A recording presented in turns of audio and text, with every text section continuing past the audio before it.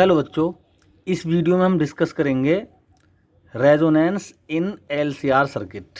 ठीक है, तो एलसीआर सर्किट में हम रेजोनेंस कैसे प्राप्त कर सकते हैं इसकी स्टडी करेंगे हम इस वीडियो में। तो सबसे पहले बताएंगे रेजोनेंस होता क्या है। अगर किसी सर्किट में वोल्टेज और करंट सेम फेज में इम्पोज्ड हों तो हमें रेजोनेंस की कंडीशन मिलती है, यानी वहाँ पर एल और सी के बीच ऑसिलेशन सेटअप हो जाते हैं। ठीक है, तो क्या कंडीशन है कि वोल्टेज और करंट सेम फेज में होने चाहिए। तो ये वोल्टेज और करंट सेम फेज में कब होते हैं हमें पता है कि जब रजिस्टेंस अकेला कनेक्ट हो सर्किट में, तो उस कंडीशन में वोल्टेज और करंट का जो फेज होता है वो सेम होता है, उनके बीच में कोई भी फेज डिफरेंस नहीं होता। अब चूंकि सर्किट में हमें रेजोनेंस लेना है, वोल्टेज और करंट सेम फेज में रखने हैं और सर्किट में एल सी आर तीनों ही कंपोनेंट जुड़े हुए हैं, तो हमें कुछ ऐसा करना है कि सोर्स को ऐसा लगे कि मेरे से केवल रजिस्टेंस ही कनेक्ट है। ठीक है, मेरे से केवल रजिस्टेंस ही कनेक्ट है और कुछ चीज़ कनेक्ट नहीं है। जो एल और सी हैं वो अपने आप में इंडिपेंडेंट है, मेरे पे डिपेंड नहीं करती। तो इसके लिए क्या करना होगा कि सोर्स को ऐसा लगे कि मुझसे केवल रजिस्टेंस ही कनेक्ट है, एल और सी का मुझसे कोई नाता नहीं है। अगर सोर्स को ऐसा लगेगा तो हम समझेंगे कि सर्किट में सोर्स समझेगा सर्किट में केवल रेजिस्टेंस है, और जब सर्किट में केवल रेजिस्टेंस होगा तो वोल्टेज और करंट कैसे होंगे, सेम फेज में होंगे। तो इसके लिए क्या किया जाए, ठीक है, इसके लिए हम फेजर डायग्राम की हेल्प लेंगे। तो फेजर डायग्राम क्या कहता है एलसीआर सर्किट में, देखो करंट तो सेम है, तो जो भी डिवाइड होगा वोल्टेज डिवाइड होना है। तो हमें पता है रजिस्टेंस और करंट सेम फेज में होंगे और वीसी 90 डिग्री लैग होगा करंट से, और वीएल यानी कोइल के अक्रॉस वोल्टेज 90 डिग्री लीड करेगा। ठीक है, तो वीसी की डायरेक्शन डाउनवर्ड है और अपोजिट डायरेक्शन में है वीएल की डायरेक्शन, जो इनके फेज की डायरेक्शन है। अगर किसी तरीके से वीएल और वीसी बराबर हो जाएं, ठीक है, यानी अगर इस सर्किट को देखें तो अगर एल के फेजर वोल्टेज की डायरेक्शन लेफ़्ट से राइट की तरफ है तो सी की डायरेक्शन राइट से लेफ़्ट की तरफ होगी। ठीक है, तो ओवरऑल कहने का मतलब है अगर वी एल और वी सी मैथमेटिकली इक्वल हो जाएं तो इनका रिजल्टेंट जो नेट वोल्टेज होगा जीरो हो जाएगा। जब इनका दोनों का नेट वोल्टेज जीरो हो जाएगा तो सर्किट को ऐसा सोर्स को ऐसा लगेगा कि सर्किट में केवल आई और आर यानी करंट तो चलेगा ही चलेगा और रजिस्टेंस, सोर्स को ऐसा फील होगा कि मेरे से केवल रजिस्टेंस ही जुड़ा हुआ, क्योंकि ये लाइन तो ख़त्म हो गई, ये तो आपस में एक दूसरे को कैंसिल करके केवल ये लाइन बची। ये लाइन है करंट और वोल्टेज की जो सेम फेज में है। तो उसके लिए क्या करें, उसके लिए हम सबसे पहले ओमेगा को चेंज करेंगे। ठीक है, मैंने मान लिया ओमेगा को बढ़ा रहे हैं हम, तो जब हम ओमेगा को बढ़ाएंगे तो देखो आई वी एल क्या हो जाएगा, हमारी कंडीशन है ये वी एल और वी सी बराबर होना चाहिए। तो वी एल जो होता है आई एक्स एल होता है यानी आई ओमेगा एल, और वी सी जो होगा आई एक्स सी यानी आई अपॉन ओमेगा सी होगा। तो देखो जब हम यहाँ ओमेगा को बढ़ाएंगे तो वी एल तो बढ़ेगा और वी सी घटेगा। ठीक है, तो ओमेगा की वैल्यू पे क्या हो रहा है, ये दोनों अपोजिट चेंज हो रहे हैं, एक बढ़ रहा है एक घट रहा है। तो इससे हम ये डिसाइड कर सकते हैं कि ओमेगा की कोई ऐसी वैल्यू ज़रूर होगी जहाँ पर ये दोनों वैल्यू आपस में क्या हो जाएंगी, बराबर हो जाएंगी, यानी वी एल और वी सी क्या हो जाएंगे, आपस में बराबर हो जाएगी। भाई देखो ओमेगा क्या हो रहा है, बढ़ रहा है। अगर ओमेगा के बढ़ने पर दोनों ही बढ़ें या दोनों ही घटें फिर तो पॉसिबल नहीं है ओमेगा की ऐसी वैल्यू बनाना जिस पर दोनों बराबर हो जाएं। लेकिन चूंकि एक बढ़ रहा है एक घट रहा है, क्यों, क्योंकि वी एल में ओमेगा डायरेक्टली प्रोपोर्शनल है और वी सी में ये इन्वर्सली डिपेंड कर रहा है, तो ओबियसली एक बढ़ेगा एक घटेगा। तो इसी गुण की वजह से हम इन एलिमेंट्स के इन्हीं प्रॉपर्टी की वजह से हम एक ऐसी ओमेगा को ढूंढ लेते हैं जहाँ वी एल और वी सी बराबर हो जाएगा। तो वी एल को कहते हैं हम आई एक्स एल और वी सी को कह देंगे हम आई एक्स सी। तो यहाँ से एक्स एल और एक्स सी बराबर हो जाएंगे, एक्स एल और एक्स सी यहाँ पर क्या हो जाएंगे, बराबर हो जाएंगे। तो एक्स एल की जगह ओमेगा एल और एक्स सी की जगह 1 ओमेगा सी पुट करेंगे, यहाँ से omega is equal to 1 L C आ जाएगा। ये ही रेजोनेंस एंगुलर फ्रिक्वेंसी है, और ओमेगा के प्लेस पर 2 पाई एफ लिख कर 2 pi under root L C, ये एक रेजोनेंस फ्रिक्वेंसी हम यहाँ पे फाइंड कर लेंगे। ठीक है, ये है 2 pi under root L C. ठीक, तो ऐसी स्थिति में जब एक्सएल और एक्ससी बराबर हो जाएगा तो हमें एक फ्रिक्वेंसी मिल जाएगी जिसे रेजोनेंस फ्रिक्वेंसी कहते हैं। किसके बीच में? जो एल और सी के बीच में ऑसिलेशन सेटअप हुए हैं। तो ये तो रही बात एक किस्म की एक्सपेरिमेंटली कि भाई ओमेगा को बढ़ा रहे हैं तो वी एल और वी सी की वैल्यू चेंज होंगी, जिससे एक कंडीशन ऐसी आ जाएगी,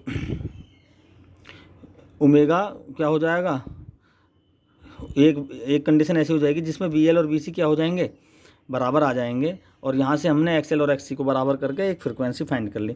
तो ज़रा मैथमेटिकली भी देख लें, क्या उस एक्स एल और एक्स सी बराबर होने की कंडीशन पे क्या मतलब हमें रेजोनेंस वास्तव में मिलेगा? क्योंकि रेजोनेंस मिलने की एक कंडीशन ये भी है कि सर्किट में रेजिस्टेंस या इम्पीडेंस ज़्यादा नहीं होना चाहिए।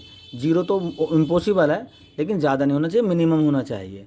तो क्या हमारा जो इम्पीडेंस का फॉर्मूला है सेटअप सेटिस्फाई करता है इस इक्वेशन को? देखें जरा, एक्स एल और एक्स सी बराबर कर दो यहाँ पर, तो ये जीरो हो गया टर्म बोलो, और यहाँ से केवल आर स्क्वायर का अंडर रूट बचेगा, तो जेड बराबर हो जाएगा आर। इसी को ही हम जेड मिनिमम बोलते हैं। यानी वास्तव में मैथमेटिकली भी ऐसा ही शो हो रहा है कि भाई जब एक्स एल और एक्स सी बराबर हो रहे हैं तो जेड जो है इम्पीडेंस वो मिनिमम हो जाती है। और सर्किट को, सोर्स को ऐसा लगता है जैसे केवल जेड के नाम पे केवल यहाँ आर ही लगा हो। यानी सोर्स को केवल ऐसा फील होता है कि मेरे से केवल रेजिस्टेंस ही जुड़ा हुआ है, और रेजिस्टेंस अकेले होने की वजह से करंट और वोल्टेज ये सेम फेज में हो जाते हैं, क्योंकि ये आपस में कैंसिल हो जाते हैं दोनों, और ये लाइन बचती है और ये बता रही है कि वी और आई दोनों एक ही फेज में हैं।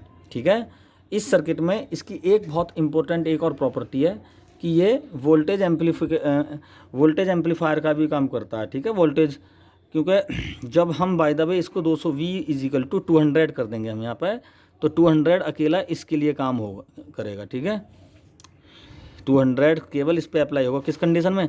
जब XL और XC दोनों आपस में बराबर हैं, क्योंकि सोर्स को केवल ऐसा लगेगा जैसे मुझसे केवल रेजिस्टेंस जुड़ा हुआ है, तो सारा का सारा V0 इस पे लग जाएगा। ठीक है, उस कंडीशन में जो VL और VC के बीच में जो वोल्टेज होगा, अगर हम VL का वोल्टेज फाइंड करें तो चूंकि VL बराबर IXL और VC बराबर IXC, और XL और XC की वैल्यू बराबर है, तो VL और VC की वैल्यू बराबर होंगी, क्योंकि रेजोनेंस की कंडीशन में हम पढ़ रहे हैं बार बार, VL और VC बराबर, XL और XC बराबर, तो इन दोनों के वोल्टेज बराबर होंगे, तभी तो ये एक दूसरे को कैंसिल आउट कर पाएंगे VC और VL, और सोर्स को लगेगा कि मुझसे केवल रेजिस्टेंस जुड़ा हुआ है, तो ये भले ही एक दूसरे को कैंसिल कर दें VL और VC, लेकिन पर्टिकुलर यार इनका वोल्टेज देखा जाए तो जो वोल्टेज सोर्स का है उससे ज़्यादा मिलेगा इनका वोल्टेज। ठीक है, L और C का। तो ये एक वोल्टेज बढ़ाने का भी काम कर रहा है, वोल्टेज सोर्स का, वोल्टेज एम्पलीफायर का भी काम करता है ये LCR सर्किट। ठीक है, तो रेजोनेंस की कंडीशन में अब बात करेंगे पैरेलल रेजोनेंस क्या होता है। तो भाई सीरीज रेजोनेंस में तो जेड मिनिमम होना चाहिए, पैरेलल रेजोनेंस में LC के लिए जेड मैक्सिमम इनफाइनाइट होता है। वो कैसे, अब देखेंगे ज़रा। इसमें करंट यहाँ से चला, IR, IC और IL तीनों में बढ़ जाएगा ये करंट यहाँ पर, तो हमने करंट को बांट दिया यहाँ पर। तो यहाँ से देखें, अगर IC और IL बराबर हो जाएं तो ये वाली टर्म कैंसिल हो जाएगी, और सोर्स को ऐसा लगेगा जैसे मुझसे केवल रेजिस्टेंस ही जुड़ा हुआ हो। सेम कंडीशन इसमें भी हमें भी ऐसा फील कराना है, क्योंकि रेजोनेंस की कंडीशन में वोल्टेज और करंट सेम फेज में होने चाहिए। वो तब होगा जब केवल रेजिस्टेंस ही लगा मिले। तो हमें ऐसा कुछ करना है कि L और C के इफेक्ट को ख़त्म, ऐसा इस सर्किट से ख़त्म कर दिया जाए, सोर्स को ऐसा लगे जैसे रेजिस्टेंस ही हो। तो इसके फेजर डायग्राम से ही हम इसको क्लियर समझेंगे। इसमें हम करंट को बांट लिया हमने, इसमें IL डाउन जाएगी और IC लीड करेगी यहाँ पर। अगर ये करंट आपस में बराबर हो जाएँ तो ये एक दूसरे को कैंसिल आउट कर देंगे और सर्किट में केवल ये लाइन रह जाएगी। ठीक है, ओनली रेजिस्टेंस रह जाएगा। तो इस कंडीशन में हम यहाँ L और C के बीच में, इन दोनों के बीच में ऑसिलेशन प्राप्त कर लेंगे। तो ऐसा कब होगा देखते हैं इसका एक्सपेरिमेंट करके। ओमेगा को बढ़ाएंगे धीरे धीरे, जब ओमेगा बढ़ेगा तो IC क्या होता है, VS/XC, और IL होगा VS/XL। तो अगर हम यहाँ देखें अलग से करके इसको, IC होगा VS/VC, VC की जगह लिख देंगे हम VS/VC, तो VS/XC लिखेंगे यहाँ पर, XC का 1/ωc, तो VS/ωc हो जाएगा IC तो, और IL हो जाएगा VS/ωL। क्लियर। तो यहाँ पर देख रहे हैं हम क्लियर कि जब हम ओमेगा को बढ़ा रहे हैं, ओमेगा की वैल्यू को बढ़ा रहे हैं, तो आई सी बढ़ रहा है, आई एल घट रहा है, ठीक है। तो यही कंडीशन होनी भी चाहिए, ओमेगा को बढ़ने पर एक वैल्यू बढ़नी चाहिए, घटनी चाहिए। तो हम कह देंगे कि एक ओमेगा ऐसा होगा जहाँ पर आई एल और आई सी की दोनों की वैल्यू क्या होंगी, सेम हो जाएंगी। तो वही कंडीशन हमें चाहिए। हमने मान लिया कि कोई ओमेगा है जहाँ पर आई एस आई एल के बराबर है, तो आई एस को लिख सकते, आई सी और आई एल बराबर है एक फिक्स ओमेगा पर, तो आई सी को लिख सकते हैं वी एस अपॉन एक्स सी और आई एल को V S upon x L. यहाँ से फिर वही कंडीशन आ गई एक्स एल और बराबर एक्स सी, ठीक है। इस कंडीशन में ये वाली लाइन ख़त्म हो गई है, अब केवल ये बचा। तो एक्स एल और एक्स सी को जब हम सोल्व करेंगे तो ये वाला फॉर्मूला अगेन आ जाएगा, F R 1/2 under root L C, ठीक है।